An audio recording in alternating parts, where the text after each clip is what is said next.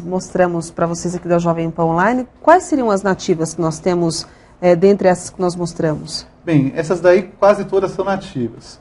O que não seria nativo é a figueira Benjamin, aquela que eu mostrei presa no viaduto. E a paineira, há certas controvérsias se ela realmente ocorria em São Paulo, mas aí é uma polêmica entre os botânicos, né? Mas as restantes são nativas da cidade de São Paulo. Ricardo, o que você acha que a gente pode esperar a respeito das futuras gerações? Olha, eu sou um otimista, viu? Eu acho que as coisas estão melhorando muito e as pessoas cada vez vão começar a se preocupar mais com a questão da qualidade de vida, que está intimamente atrelada à questão da qualidade ambiental. E eu sinto que as crianças estão cobrando muito mais isso do que a gente cobrava. Eu sou muito esperançoso que São Paulo um dia possa realmente se tornar uma cidade verde. Eu acho que ainda vai se tornar. O papel das crianças é muito importante, por isso que essa educação ambiental, desde berço, é fundamental para que a gente possa ter uma cidade melhor, né? Fundamental. Eu percebo assim, na interação do blog, né? As pessoas que me mandam dúvida, muitas delas são crianças, comentando algum textinho que eu escrevi, alguma fotografia.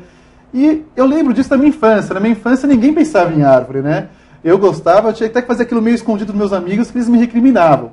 Ela fica mexendo com mato, aí que besteira.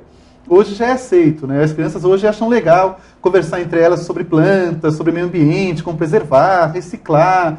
E isso eu vejo com muito otimismo. Acho que quando eles estiverem daqui a 20, 30 anos mandando no país, fazendo esse país, a coisa vai ser bem diferente e para melhor. Agora aqui na Jovem Pan Online nós também vamos mostrar para você que nos acompanha pela Jovem Pan, também lembre-se que você pode acompanhar essas fotos, essas imagens através do nosso site. A gente vai mostrar para vocês um outro bloco de fotos com alguns momentos específicos da cidade de São Paulo, principalmente no que diz respeito ao desmatamento, né? Que nós vamos mostrar para vocês a partir de agora em nosso blog. Esta foto, por exemplo, ela é de qual região? Então, essa foto foi tirada no Rodonel, nas obras do Rodonel. Ela é um pesquisador de botânica do nosso departamento, lá da USP, Gustavo Burim. Ele está pesquisando os anéis de crescimento do cedro. Essa é um cedro. Essa pesquisa, os anéis de crescimento, para o telespectador entender o que é, né? São aquelas marquinhas que tem na madeira. Quando nós vemos um toco de uma árvore, você vê que tem vários anéis marcados naquela madeira. Algumas espécies tropicais têm esses anéis anuais. Ela marca a cada estação aquele anel, né? Então, em um ano, a gente tem um anel. E o cedro é uma delas. E o interessante é que esses anéis, eles funcionam como um CD. Eles guardam uma quantidade fantástica de dados. O nosso trabalho é tentar decifrar esses dados para poder verificar algumas informações preciosas. Como, por exemplo, o que está sendo pesquisado nessa questão do cedro são as mudanças climáticas que podem ter ocorrido na cidade de São Paulo nos últimos 100 anos. A gente vai falar daqui a pouco sobre essa questão dessa análise. Também a gente vai continuar mostrando as fotos. Essa foto, por exemplo, é de onde? Essa também é do Rodonel, do desmatamento para a confecção do Rodonel. Do trecho sul? Trecho sul. Esse daí é o trator retirando amostras de discos de madeira, de cedro, para a nossa xiloteca, na Universidade de São Paulo, para serem tombadas e depois pesquisadas. A próxima. Exatamente. Isso. Essa que você estava comentando, essa, né? Daí. Então, aí nós podemos enxergar as marquinhas, esses anezinhos, essas linhas. Cada linha dessa, entre uma linha e outra, é um ano de vida da árvore. E conforme nós temos uma linha maior ou menor, isso significa que a árvore cresceu mais ou menos em um ano.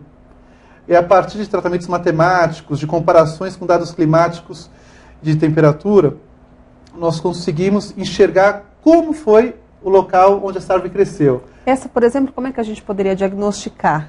Olha, ainda precisa ter bastante trabalho para você conseguir decifrar essa informação nesse CD de dados, assim por dizer, né? Mas, por exemplo, nós vemos que temos anéis estreitos e largos.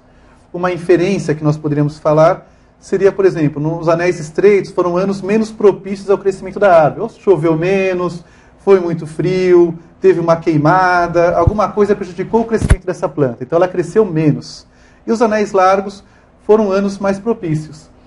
Aí nós conseguimos juntar e perceber, em cima desses dados, com um trabalho estatístico, como... a gente observa também alterações na cor, né? Algumas cores mais fortes, algumas cores um pouco mais claras. O que essas alterações de cores podem nos mostrar? Então, aí possivelmente são mudanças da densidade da madeira.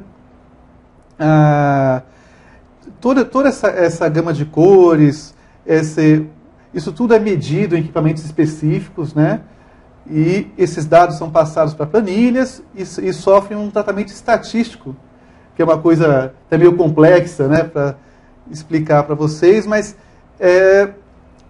a partir disso a gente consegue verificar como se faz com aquelas amostras de gelo na Antártida, que acho que muitos dos telespectadores já viram, né, que o pessoal vai lá na Antártida, abre um buraco com uma sonda, retira o gelo e a partir daí consegue enxergar como é que era o clima passado.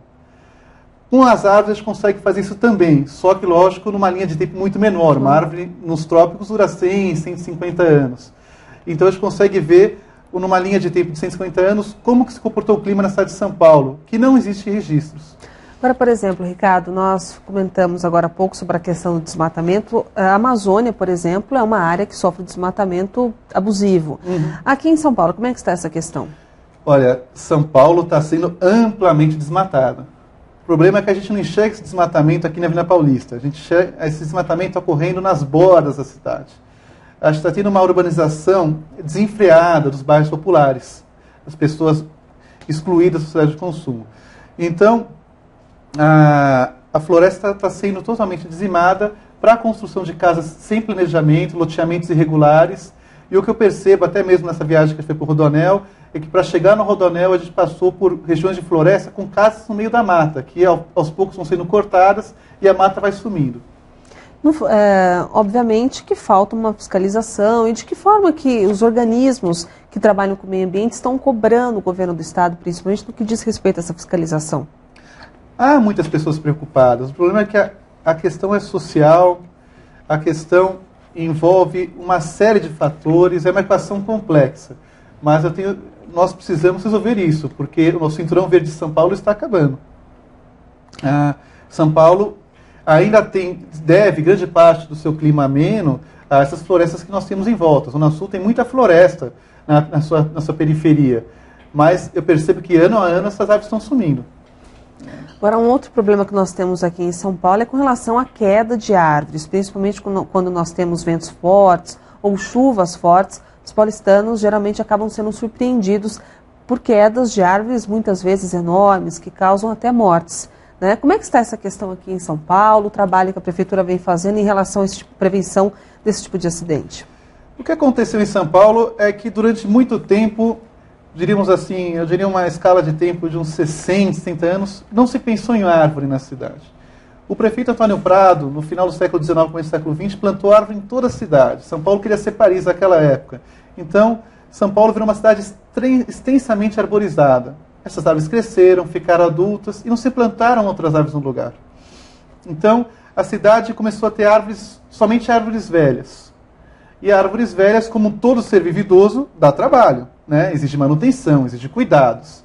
E aí o que acontece? Então nós temos muitas árvores antigas na cidade. A prefeitura atualmente vem plantando muitas árvores, mas elas ainda são mudas. Isso veio de 5 anos para cá.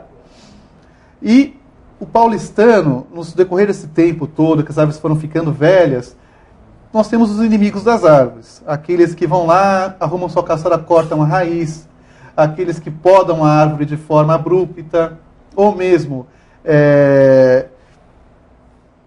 tentam matar a árvore, cortando uma parte da casca dela, prejudicam a árvore. A árvore vai sofrendo essas agressões e vai acabando que vai minando a vitalidade dessa árvore. Por exemplo, se você vai lá e corta metade da copa de uma árvore, ela fica desequilibrada. Ela distribuiu o seu peso antes na copa.